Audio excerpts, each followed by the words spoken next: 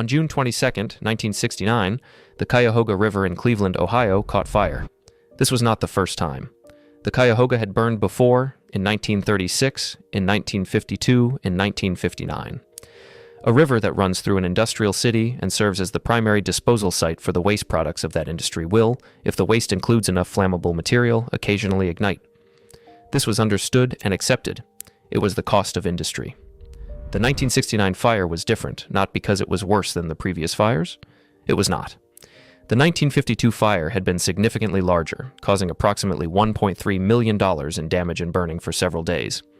The 1969 fire burned for less than 30 minutes and caused perhaps $50,000 in damage. What made the 1969 fire different was that Time magazine published a photograph of it in August 1969, and the image of a river on fire became the defining symbol of a growing environmental movement that had been building for years. The Clean Water Act was signed by President Nixon on October 18, 1972, 3 years after the Cuyahoga fire. It was the first federal law with genuine teeth for addressing water pollution in American history. It established the goal of eliminating the discharge of pollutants into navigable waters by 1985. It established water quality standards. It created a permit system for industrial dischargers. It authorized federal enforcement against violators. Before the Clean Water Act, the situation was dramatically different. Before 1972, industrial facilities, municipalities, and agricultural operations could discharge almost anything they chose into American rivers and lakes, subject only to the limited constraints of state laws that were frequently inadequate, inconsistently enforced, and often deliberately weak because the states competed to attract industry by offering permissive environmental regulation. The Cuyahoga was not exceptional, it was representative. Across the United States, rivers and lakes that had once supported fisheries, recreation, and municipal water supplies had been transformed into industrial sewers by decades of unregulated discharge. The Potomac River outside Washington, D.C. was so polluted that swimming in it was dangerous. Lake Erie was widely described as dead, so severely degraded by nutrient pollution and industrial discharge that its once productive fishery had collapsed. The Hudson River in New York was a dump for industrial chemicals, heavy metals, and raw sewage. The Chicago River ran so thick with the waste products of the city's meatpacking industry that workers reportedly walked across its surface on a raft of solid waste. This is the story of what Americans were drinking, swimming in, and fishing from before the federal government decided that water quality was a matter of national concern rather than a local or industrial prerogative. It is the story of how a century of unregulated industrial use transformed the country's waterways, of the political movement that made the Clean Water Act possible, and of what has changed and what has not changed in the 50 years since the law was passed. To understand what water pollution looked like before 1972, you need to understand the specific nature of the problem in different contexts, because the pollution of American waterways was not a single phenomenon but a set of related problems produced by different sources with different mechanisms. Industrial pollution was the most visible and in many ways the most dramatic component. The rivers that ran through American industrial cities in the mid-20th century received the waste products of the industries that lined their banks. Steel mills discharged heavy metals and acids. Chemical plants discharged industrial solvents, pesticide precursors, and synthetic compounds that the natural environment had no capacity to break down. Paper mills discharged lignin, chlorine compounds, and other chemicals that consumed the dissolved oxygen in the water and made it uninhabitable for fish and other aquatic life. Tanneries discharged chromium and other chemicals used in leather processing. Textile mills discharged dyes and chemical finishing agents. Electroplating facilities discharged cyanide, cadmium, and other toxic metals. The industries that discharged these materials were not doing so covertly or reluctantly. They were doing so because it was cheap, because the rivers provided a convenient disposal mechanism that cost nothing, and because there was no law requiring them to do anything else. The rivers were, in the economic logic of the time, free resources that the industries were entitled to use as disposal sites. The costs of that use, the degradation of the water quality and the destruction of the fisheries, and the contamination of the drinking water supplies that drew from the same rivers, were borne by the communities downstream and by the general public rather than by the industries that were generating the pollution. Municipal sewage was the second major component of water pollution. American cities in the mid-20th century were generally served by sewage systems that collected wastewater from homes and businesses, but many of these systems discharged that wastewater with little or no treatment directly into the nearest river or lake. Raw sewage and water supplies create serious public health risks because human waste contains pathogens including bacteria, viruses, and parasites that can cause diseases including cholera, typhoid, dysentery, and hepatitis. The public health history of American cities in the late 19th and early 20th centuries is in large part a history of waterborne disease.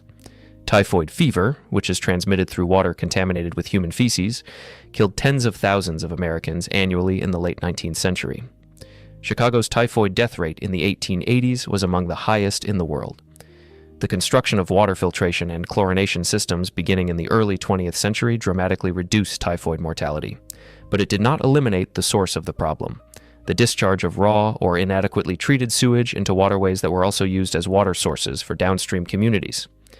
The third major component was agricultural runoff, specifically the nutrients from fertilizers and animal waste that entered waterways through rainfall and irrigation drainage. Nitrogen and phosphorus, which are essential plant nutrients and are applied to crops in large quantities, are also the primary drivers of the process called eutrophication. When these nutrients enter a body of water, they stimulate the growth of algae. The algal blooms that result consume dissolved oxygen as they decompose, creating hypoxic or anoxic zones in which fish and other aquatic organisms cannot survive. Lake Erie's collapse in the 1960s was largely a product of agricultural nutrient runoff combined with municipal sewage discharge. The lake's western basin, which receives drainage from intensive agricultural areas in Ohio, Indiana, and Michigan, had become so nutrient-enriched that massive algal blooms occurred every summer. The oxygen in the water declined to levels that could not support fish, and the once productive walleye and perch fisheries that had supported commercial fishing for a century essentially disappeared. The direct effects of water pollution on human health were significant but difficult to quantify precisely, because contamination is less directly attributable to specific pollution sources than acute events like the Cuyahoga fire. The cancer clusters that appeared in communities with heavily polluted groundwater, the elevated rates of liver disease in communities near chemical discharge sites, the developmental problems in children who consumed water contaminated with heavy metals. These were documented in the research literature, but establishing clear causal links in specific cases was difficult and often contested by the industries responsible for the contamination. The drinking water contamination problem was particularly serious in communities that drew their water supplies from rivers and lakes that were also receiving industrial and municipal discharges. The technology for treating drinking water, primarily filtration and chlorination, was effective at removing biological pathogens but was not designed to address the synthetic chemicals, heavy metals, and industrial compounds that characterized mid-20th century water pollution.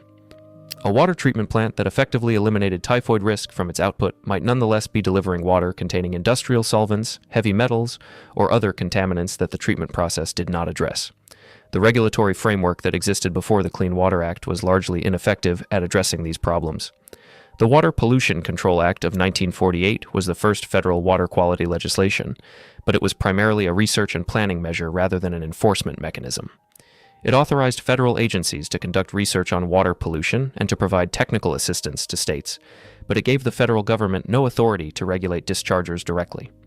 The 1948 Act reflected the dominant view of the era that water pollution was a local and state matter in which the federal government should play only a supporting role. The Federal Water Pollution Control Act of 1956 and its subsequent amendments in 1961, 1965, and 1966 gradually expanded the federal role, adding provisions for federal grants to assist municipalities in building sewage treatment facilities and creating a system of water quality standards that states were required to establish. But the standards were set by the states rather than by the federal government, enforcement was primarily through the states, and the legal process for federal enforcement against specific violators was so cumbersome that it was essentially never used successfully. The fundamental problem with the pre-1972 framework was that it placed the burden of proof on regulators. To take action against a polluter, regulators had to demonstrate that the specific discharge was causing specific harm to interstate waters, a standard that was almost impossible to meet given the complexity of water systems and the difficulty of tracing specific harms to specific sources. The industries that were polluting could contest any enforcement action by arguing that the harm had not been proven to the required standard, and the legal process for resolving these contests was so slow and expensive that enforcement was essentially never completed. The political movement that produced the Clean Water Act was a product of the broader environmental movement of the 1960s, which had been building since the publication of Rachel Carson's Silent Spring in 1962. Carson's book documented the effects of pesticides, particularly DDT, on wildlife, and it raised fundamental questions about the relationship between industrial chemicals and the natural environment that had not previously been part of mainstream political discourse. The environmental movement that emerged in the 1960s was broader than the conservation movement that had existed since the early 20th century. Where conservation had focused primarily on preserving wilderness areas and managing natural resources, the new environmentalism was concerned with the contamination of the everyday environment in which people lived, the air they breathed, the water they drank, the soil in which their food was grown. The issues were not remote wilderness areas, but the neighborhoods and cities where most Americans actually spent their lives. The first Earth Day, held on April 22, 1970, was a remarkable political event. An estimated 20 million Americans participated in demonstrations, teach-ins, and cleanup events across the country. It was one of the largest political demonstrations in American history, and it demonstrated to the political system that environmental issues had achieved a level of public salience that demanded legislative response. Nixon, who was not by inclination an environmentalist, nonetheless recognized the political significance of Earth Day and of the environmental movement that produced it. He signed the National Environmental Policy Act in January 1970 and created the Environmental Protection Agency by executive order in December 1970. The EPA consolidated environmental regulatory functions that had been scattered across multiple federal agencies and gave the federal government a single institutional focus for environmental regulation. The Clean Water Act of 1972 was the most significant environmental legislation of the Nixon era. It was passed by overwhelming bipartisan margins in Congress and was sent to Nixon, who vetoed it on the grounds that it was too expensive. Congress overrode the veto within hours. The political support for the bill was sufficiently broad that even Nixon's veto could not stop it. The Act's core provisions were transformative. The National Pollution Discharge Elimination System, known as NPDES, required any facility discharging pollutants into navigable waters to obtain a permit specifying the types and quantities of pollutants it was allowed to discharge. This permit system reversed the pre-existing baseline. Instead of regulators having to prove that a discharge was harmful before taking action, dischargers had to affirmatively demonstrate that their discharges met the requirements of their permit or face enforcement action. The burden of proof shifted from regulators to dischargers. The technology-based standards that the Act established required industrial dischargers to use the best available technology to control their discharges, regardless of whether the specific discharge was demonstrably harming the receiving water. This was a significant departure from the effects-based standards of the previous framework. Instead of asking whether the discharge caused harm, the Act asked whether the facility was using the best available technology to reduce the discharge. Facilities that could not demonstrate compliance were required to upgrade their treatment systems. The municipal sewage treatment provisions authorize billions of dollars in federal grants to help cities and towns build or upgrade sewage treatment plants. This investment addressed the municipal sewage discharge problem that had been a major contributor to water quality degradation in cities across the country. By requiring treatment before discharge and providing federal funding to make treatment economically feasible for municipalities that could not otherwise afford it, the Act addressed both the regulatory and the financial barriers to municipal sewage treatment. The results of the Clean Water Act in the decades since its passage have been significant and measurable. The Cuyahoga River, which had burned repeatedly, has not burned since 1969. Fish have returned to waters that had been effectively dead. The restoration of Lake Erie, which had been declared dead in the 1960s, is one of the most dramatic examples of what water quality improvement looks like when regulatory tools are applied effectively. The lake's recovery has not been complete or without setbacks. The agricultural nutrient runoff that drove eutrophication in the 1960s remains a significant problem because agricultural discharges are regulated much less stringently under the Clean Water Act than industrial and municipal discharges. The concept of non-point source pollution, the runoff from fields and streets and construction sites that enters waterways without passing through a pipe, proved much harder to regulate than the point source pollution from industrial facilities and sewage plants that the Act's permit system was designed to address. The non-point source pollution problem is the most significant remaining challenge for water quality in the United States, and it is the area where the Clean Water Act has been least effective.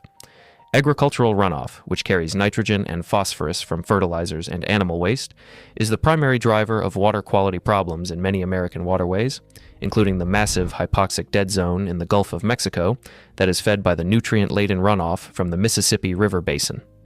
Stormwater runoff from developed areas carries heavy metals, petroleum products, pesticides, and other contaminants from urban and suburban surfaces into waterways. These diffuse sources of pollution are much harder to regulate than point sources, because they do not come from a specific pipe that can be permitted and monitored. Addressing them requires changes in agricultural practices, in land use patterns, and in the design of urban drainage systems that are significantly more politically and technically challenging than requiring a factory to install a treatment system.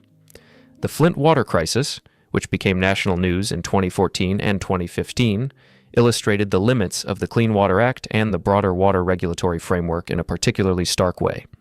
Flint, a majority black city in Michigan that had been experiencing severe fiscal stress, switched its water supply from Detroit's Lake Huron water system to the Flint River in 2014 as a cost-cutting measure.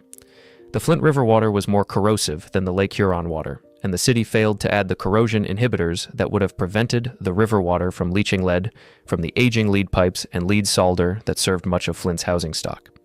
The result was that Flint residents were exposed to lead-contaminated drinking water for over a year, while state officials initially denied that there was a problem and resisted acknowledging the evidence of contamination that residents and independent researchers were documenting. The crisis produced elevated blood lead levels in Flint children, permanent neurological damage in the most severely exposed, and a loss of trust in the water supply and in the government that was managing it that has persisted for years after the immediate contamination was addressed. The Flint crisis was not a failure of the Clean Water Act per se, because lead contamination from pipe corrosion is regulated primarily under the lead and copper rule rather than the Clean Water Act itself. But it illustrated the broader pattern of environmental regulatory failure that tends to concentrate in low-income communities and communities of color. The regulatory system that is supposed to protect public health from water contamination failed to protect Flint's residents, many of whom were aware that something was wrong with their water long before official action was taken. The pattern of environmental burdens concentrating in low-income and minority communities is not incidental to the history of water quality regulation. It reflects the underlying distribution of political power that has shaped environmental regulation throughout its history. Communities with greater political and economic resources have been more effective at preventing the siting of polluting facilities near their homes, at demanding regulatory action when contamination occurs, and at securing the regulatory enforcement that prevents contamination from persisting. Communities with fewer resources have been less effective on all of these dimensions. The environmental justice movement, which developed in the 1980s and 1990s in response to the documented concentration of environmental burdens in communities of color and low-income communities, has made significant progress in establishing the principle that environmental protection should be provided equitably regardless of a community's income or racial composition. The EPA established an Office of Environmental Justice in 1992, and federal environmental justice executive orders have directed agencies to consider the distributional effects of their regulatory decisions. Whether this commitment to environmental justice has produced measurable improvements in the distribution of environmental burdens is a contested empirical question. Research consistently finds that hazardous facilities and polluted sites remain disproportionately located in low-income and minority communities. Whether this reflects current discrimination in regulatory decision-making or the accumulated legacy of historical patterns is a matter of debate, but the current distribution of environmental burdens is clear and it is not equitable. The water quality of the United States in 2025, 50 years after the Clean Water Act, is dramatically better than it was in 1972. Rivers that were effectively dead have been restored. Industrial discharges that were uncontrolled have been permitted and reduced. Municipal sewage treatment has been dramatically improved. The public health benefits of these improvements in reduced waterborne disease, reduced exposure to industrial contaminants, and restored recreational opportunities are real and significant. The work is not finished. The non-point source pollution from agriculture remains largely unregulated. Lead pipes continue to contaminate drinking water in communities that cannot afford to replace them.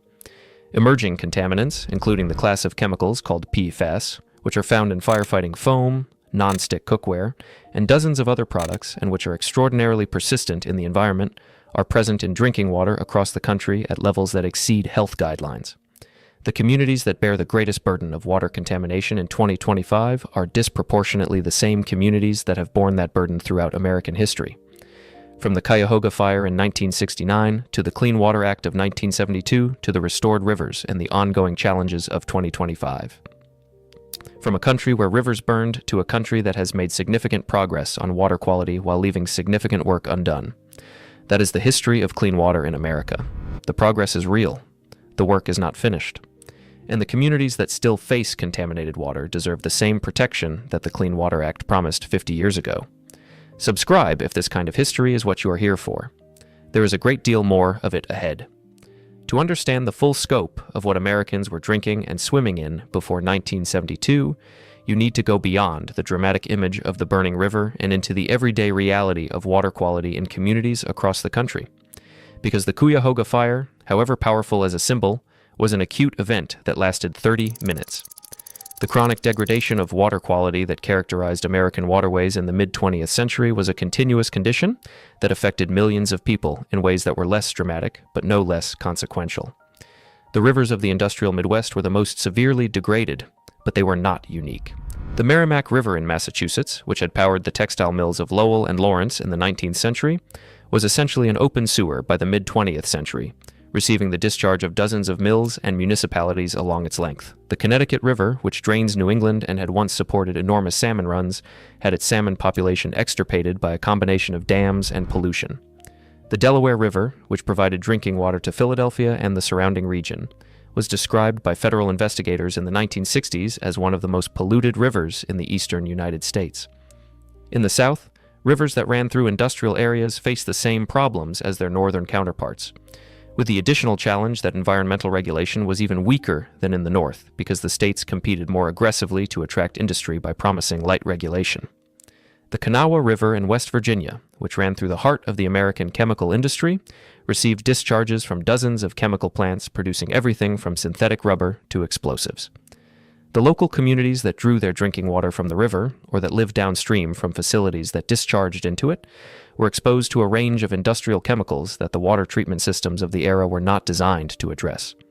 The specific story of drinking water contamination in communities near industrial facilities is one of the darkest chapters in American environmental history, and it predates the modern environmental movement by decades. The communities of Woburn, Massachusetts, where residents in the 1970s and 1980s discovered that their drinking water wells had been contaminated with industrial solvents from nearby manufacturing facilities, producing elevated rates of leukemia in local children, became the subject of a book and film called A Civil Action. The Woburn case, which produced one of the landmark environmental liability lawsuits in American legal history, was not exceptional. Similar stories of industrial contamination of community water supplies existed in dozens of towns and cities across the country. The Love Canal disaster in Niagara Falls, New York, which became national news in 1978, illustrated the specific problem of chemical contamination from hazardous waste disposal. Hooker Chemical Company had used the Love Canal, an incomplete canal project in Niagara Falls, as a dump site for toxic chemical waste from the 1940s through the 1950s. The site was then sold to the city's school board for $1, a school was built on it, and residential neighborhoods developed around it. In the late 1970s, residents began noticing chemical smells, strange residues in their basements, and elevated rates of illness in their children. Investigations revealed that the site was leaching hundreds of toxic chemicals, many of them known carcinogens, into the soil and groundwater beneath the residential neighborhood that had been built on top of the dump. More than 800 families were eventually evacuated.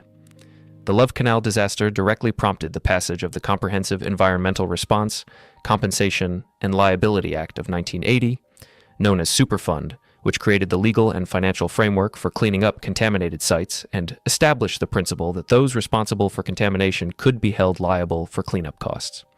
These specific cases illustrate the range of water contamination problems that characterized American environmental conditions in the mid-20th century: industrial discharge into rivers, contamination of groundwater from industrial facilities, leaching from hazardous waste disposal sites. All of these problems were inadequately addressed by the regulatory framework that existed before 1972, and the Clean Water Act and subsequent legislation addressed some but not all of them. The drinking water regulatory system was on a parallel track from the water pollution regulatory system. The Safe Drinking Water Act, passed in 1974, 2 years after the Clean Water Act, established federal authority to set and enforce standards for contaminants in public drinking water supplies. The SDWA requires the EPA to set maximum contaminant levels for specific pollutants in drinking water, and requires public water systems to monitor their water quality and notify customers when standards are exceeded. The SDWA has been substantially strengthened since its original passage. The 1986 amendments required the EPA to set standards for 83 specific contaminants and establish a schedule for addressing additional contaminants over time. The 1996 amendments added provisions for protecting source water, the rivers and aquifers from which drinking water is drawn, and established a public right-to-know requirement that requires water utilities to send annual reports to their customers detailing the quality of the water they receive. But the SDWA has also faced persistent challenges. The regulatory process for setting new maximum contaminant levels is slow and technically demanding, and the EPA has struggled to keep pace with the growing number of contaminants that have been identified as potential health risks. The list of regulated contaminants covers fewer than 100 substances, while tens of thousands of chemicals are in commercial use and many more are produced as industrial byproducts or byproducts of water treatment. The gap between the number of chemicals that could be in drinking water and the number that are regulated is enormous. The PFAS problem illustrates this gap most clearly. Per- and polyfluoroalkyl substances are a class of synthetic chemicals that have been in commercial use since the 1940s, used in firefighting foam, non-stick cookware, water-repellent clothing, food packaging, and dozens of other applications. They are extraordinarily persistent. They do not break down in the environment, and they accumulate in biological systems. They have been found in the drinking water of communities near military bases, where PFAS-containing firefighting foam was used, near manufacturing facilities, and in groundwater across the country. The EPA did not establish any regulatory limit on PFAS in drinking water until 2024, when it issued the first federal drinking water standards for 6 PFAS compounds. The 50 years between the introduction of these chemicals into commercial use and the establishment of regulatory limits is a measure of how slowly the regulatory system has responded to emerging contamination threats, and how much exposure has occurred in the meantime. The communities that have been most affected by PFAS contamination in drinking water include military communities near bases where PFAS foam was used extensively, rural communities near manufacturing facilities, and low-income communities that lack the resources to install the advanced filtration systems that can remove PFAS from drinking water. The pattern of contamination, concentrated in communities with limited political power to demand faster regulatory action, is consistent with the broader pattern of environmental justice that has characterized water quality issues throughout American history.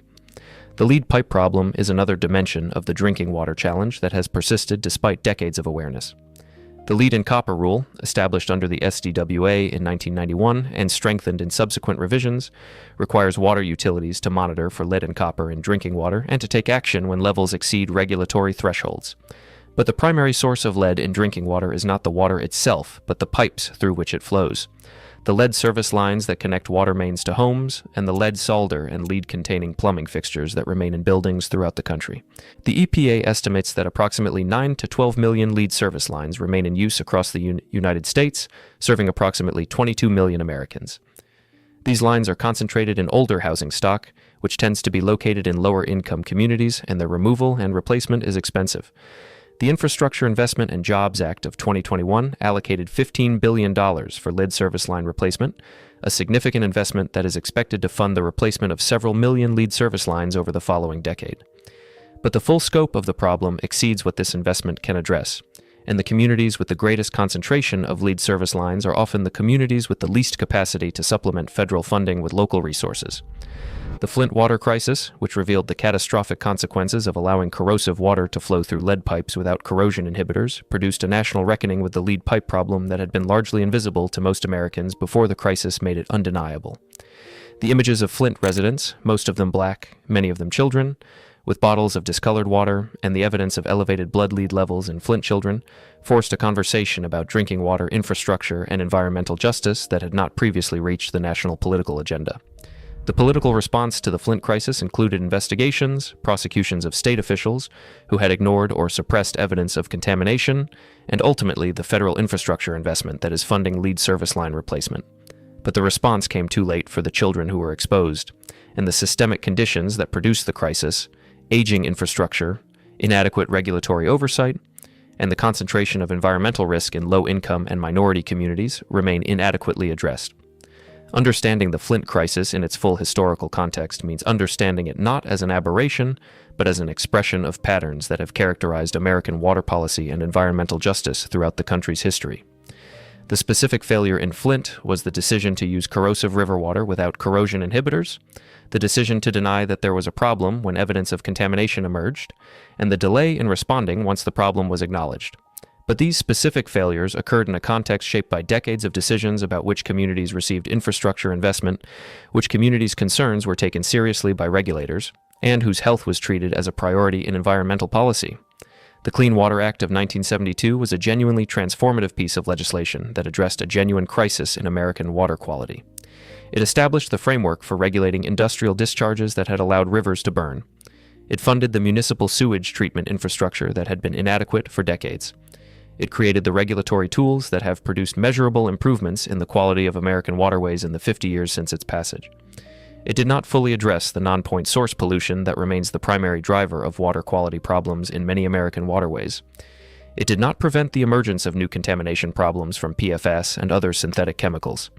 It did not ensure that the lead pipes serving millions of Americans were replaced. And it did not eliminate the pattern by which the communities with the least political power bore the greatest burden of water contamination. The work of the Clean Water Act is real and significant. The work that remains is equally real and still significant. And the communities that are still drinking contaminated water in 2025, 50 years after the act was passed, deserve the protection that the law promised and has not yet fully delivered from the Cuyahoga Fire in 1969. To the Clean Water Act of 1972, to the restored rivers of the 1980s and 1990s, to the Flint water crisis of 2014, to the PFAS contamination affecting millions of Americans in 2025, to the 9 to 12 million lead service lines still in the ground. That is the full history. The progress is real, the remaining work is equally real, and the standard by which both should be measured is simple. Every American should have access to water that is safe to drink. 50 years after the Clean Water Act, that standard has not been met for everyone. Subscribe if this kind of history is what you are here for. There is a great deal more of it ahead.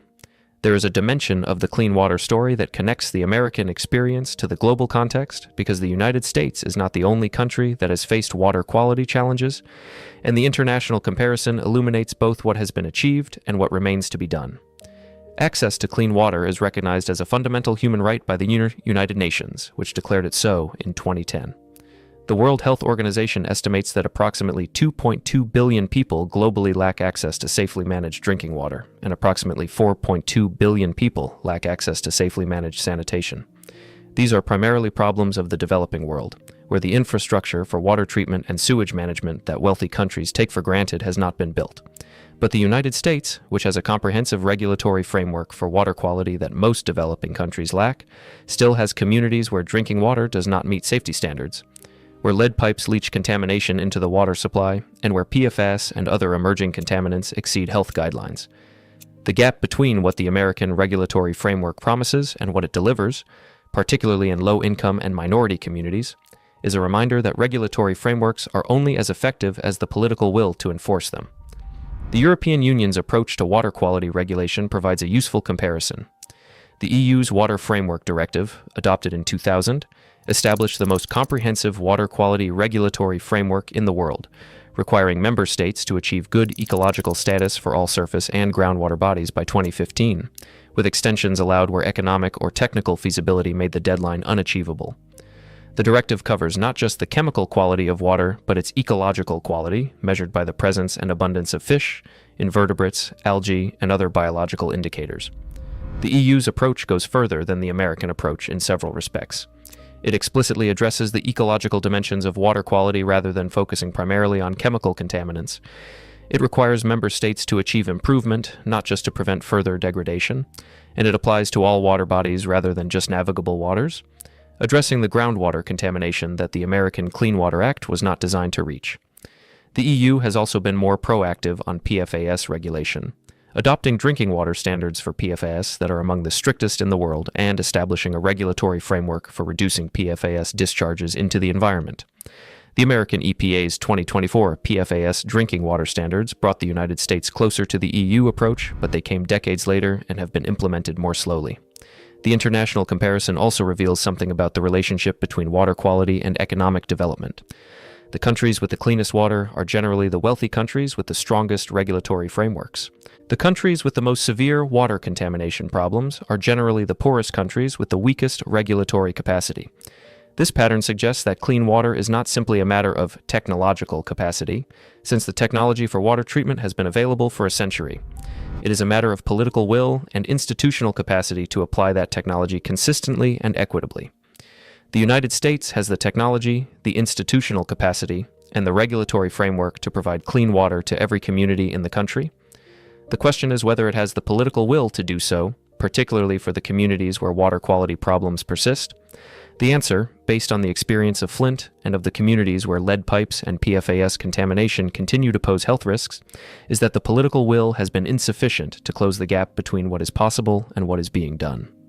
Building that political will requires the same things that produced the Clean Water Act in the first place: visible, undeniable evidence of harm, an organized political movement capable of translating public concern into legislative action, and the political conditions that make action more feasible than inaction.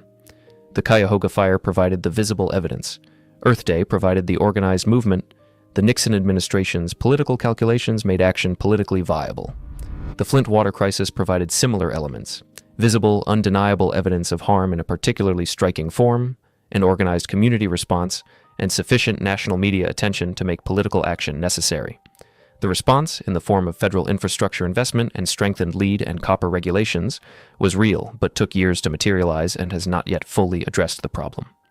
The PFAS contamination affecting millions of Americans has produced less dramatic political response, partly because PFAS contamination is less visible than brown water from lead pipes, and partly because the communities most affected are more dispersed and less politically organized than the concentrated community of Flint residents who bore the cost of that crisis. What produces the political response necessary to address these remaining water quality problems is the same as what produces political responses to any environmental problem: the combination of documented evidence of harm, organized communities demanding action, and a political environment in which inaction has more political cost than action. The history of the Clean Water Act shows that this combination is achievable, that political will can be mobilized around water quality issues when the conditions are right. The challenge is creating those conditions in communities where the harm is less visible, the affected populations are less organized, and the political system is less responsive. From the burning river in 1969 that provided the visible, undeniable evidence, to the Earth Day that provided the organized political movement, to the Clean Water Act that translated both into legislative action, to the Flint crisis that produced a partial response to a specific failure, to the PFAS contamination and the lead pipes that remain to be addressed. Each step in this history required the same combination: evidence, organization, and political will. Each step produced real improvement, and each step left work undone that required the next step. The history of clean water in America is not a history that has reached its conclusion. It is a history that is still being made in the regulatory proceedings, the infrastructure investments, and the political battles over whether every community in America will have access to safe water. That water is a fundamental human necessity is not in dispute. Whether the political system will ensure that every American has access to water that meets that standard is still being determined. Subscribe if this kind of history is what you are here for. There is a great deal more of it ahead. One final observation about this history before we close. It is an observation about the relationship between water quality and democracy, and about what the history of the Clean Water Act tells us about how environmental progress happens in the American political system. The Clean Water Act was not the product of a gradual, rational process of policy development, in which experts identified a problem, developed solutions, and presented them to a receptive political system. It was the product of a specific political moment created by a visible crisis, the Cuyahoga Fire, and a massive civic mobilization, Earth Day, that translated diffuse public concern about environmental degradation into concrete political pressure for legislative action. This pattern, in which environmental progress is produced by visible crises combined with organized political movements, has characterized American environmental policy throughout its history. The Clean Air Act of 1970 followed a devastating air pollution episode in Donora, Pennsylvania in 1948 that killed 20 people and sickened thousands, and it was driven by the same environmental movement that produced the Clean Water Act. The Superfund Law of 1980 followed the Love Canal disaster. The strengthening of clean water regulations in the 1990s followed a series of high-profile contamination incidents. The PFAS drinking water standards of 2024 followed years of advocacy by communities near military bases and manufacturing facilities, where PFAS contamination was most severe. In each case, the crisis provided the political visibility that made action possible, and the organized advocacy provided the political pressure that made action happen. Without the crisis, the diffuse public interest in clean water was insufficient to produce legislative action against the concentrated interests of the industries that were polluting. Without the organized advocacy, the crisis produced only temporary attention rather than sustained political pressure. This pattern has important implications for understanding why water quality problems persist despite the existence of a regulatory framework that should address them. The communities that continue to face water quality problems after 50 years of the Clean Water Act are often communities where neither component of the pattern is fully present. The contamination is not visible enough to produce a crisis that generates national attention, and the affected populations are not politically organized enough to generate sustained pressure for action. The Flint crisis was an exception to this pattern, because the brown water from lead pipes was visible and the community's response was organized and sustained. But the PFAS contamination affecting millions of Americans in less concentrated and less politically visible ways has not produced the same response, and the lead pipes serving communities across the country that did not have a Flint-level crisis are being replaced more slowly and less urgently. Building the political conditions for action on these remaining water quality problems requires the same work that built the conditions for the Clean Water Act: making the invisible visible, organizing the communities that are affected, and creating the political conditions in which action has more political benefit than inaction. The organizations that are doing this work, the environmental justice advocates, the community organizers, the public health researchers, the journalists who document contamination and its consequences, are the heirs of the environmental movement that made the Clean Water Act possible. Their work is less visible than Earth Day was because the remaining water quality problems are less dramatic than a burning river, but it is no less essential for the people whose health depends on its success. The Cuyahoga Fire in 1969 made clean water a national political issue. The PFAS contamination in the drinking water of millions of Americans in 2025 is a slow-motion version of the same crisis, invisible to most people because it has no flames, but no less harmful to the people experiencing it. Making it visible, organizing around it, and creating the political conditions for action. This is the work of the next chapter of the clean water story. From the burning river to the Clean Water Act. From the restored rivers to the remaining contamination. From the political movement that made progress possible to the work that remains to be done. That is the history. And the next chapter is still being written. Subscribe if you want to keep following this kind of history. There is more ahead. The numbers that make this history concrete are worth stating clearly before we close. In 1972, when the Clean Water Act was passed, approximately one-third of American waters were safe for swimming and fishing.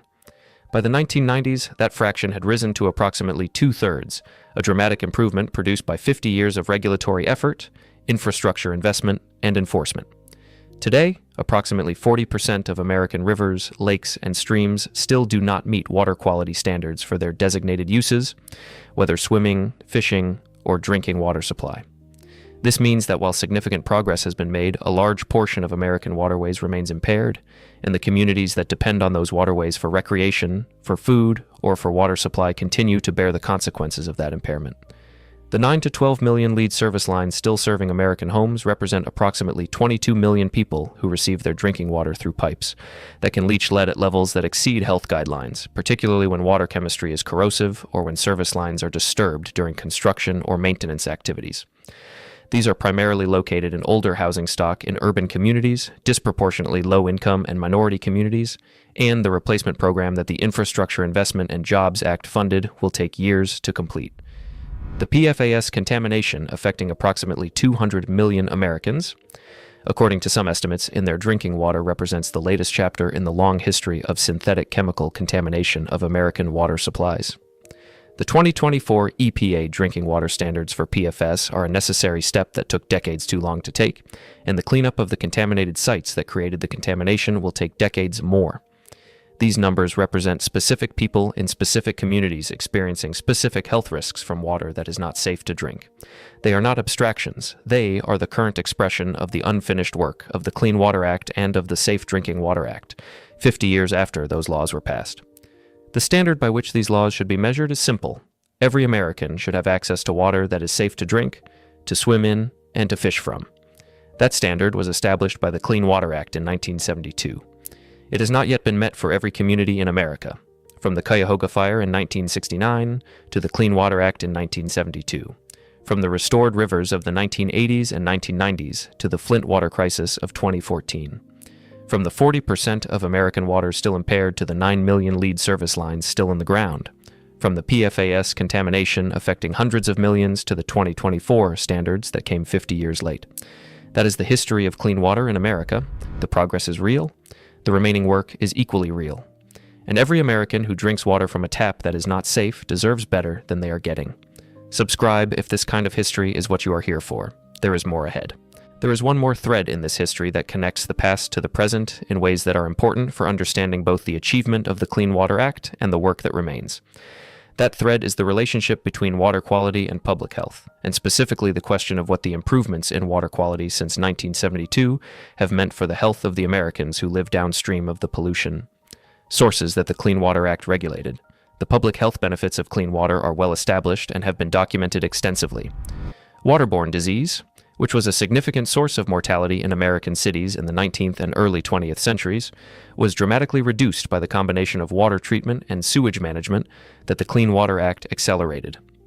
Recreational contact with contaminated water was a significant source of gastrointestinal illness and other health problems before water quality improvements made more waterways safe for swimming and wading. The health benefits of reducing industrial chemical contamination are harder to quantify, but no less real. The communities that lived downstream of industrial discharge sites before the Clean Water Act faced elevated exposure to heavy metals, industrial solvents, and other toxic compounds that the epidemiological research has linked to elevated rates of cancer, neurological damage, and other health outcomes. Reducing those exposures has reduced those health risks. The specific benefit of the Clean Water Act that is easiest to measure is its effect on recreational water quality. The fraction of American beaches that are safe for swimming has increased significantly since 1972. The fish advisories that warn against consuming fish from contaminated waters, while still common in areas with legacy contamination, have been reduced in many water bodies as pollution controls have taken effect. The rivers and lakes that were effectively dead in the 1960s and 1970s have been restored to ecological health in many cases, supporting the recreational use that contributes to both physical health and quality of life. The health benefits that are harder to measure, those associated with reducing chronic low-level exposure to chemical contaminants, are in some ways the most important for understanding what clean water actually means for the people who drink it. A community whose drinking water contains PFAS at levels below the newly established regulatory threshold, but above the levels that current science suggests are safe for long-term consumption, is experiencing a health risk that is real but diffuse, distributed across a population rather than visible in any specific individual. Making these diffuse health risks politically legible, connecting the contamination in the water to the health outcomes in the community, is the work of the epidemiologists and public health researchers who study water quality, and it is work that has been made more difficult by the fact that affected communities often have limited access to the health data that would document the connection. The environmental justice dimension of this challenge is significant.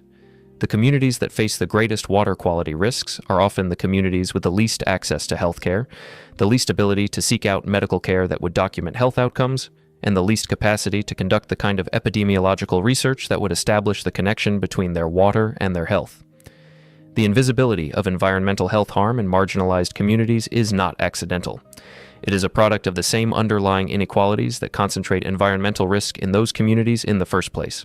Addressing this invisibility requires investing in the public health infrastructure and the epidemiological research capacity that would make environmental health risks visible in communities that currently lack the resources to document them.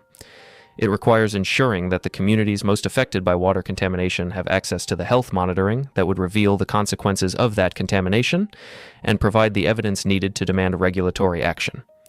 This is the connection between water quality and environmental justice that the Clean Water Act, for all its achievements, has not fully addressed. The law established the framework for regulating pollution. It did not ensure that the communities most affected by pollution would have the political power and the information resources to hold polluters and regulators accountable.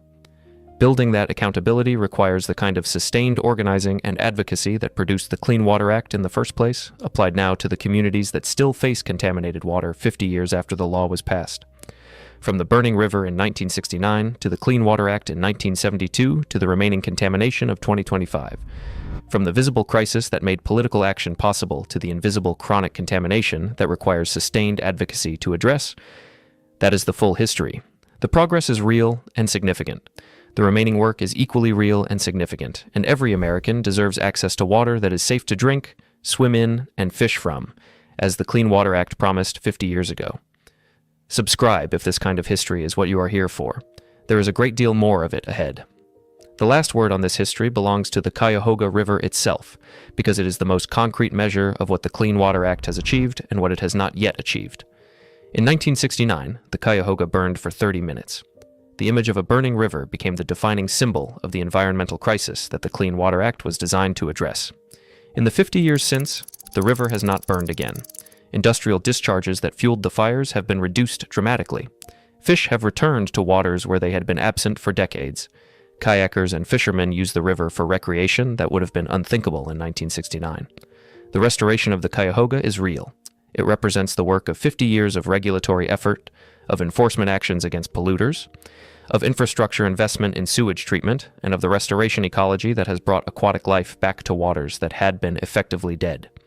The Cuyahoga also illustrates the remaining work. Agricultural runoff continues to contribute nutrients that cause algal blooms in Lake Erie, which the Cuyahoga feeds.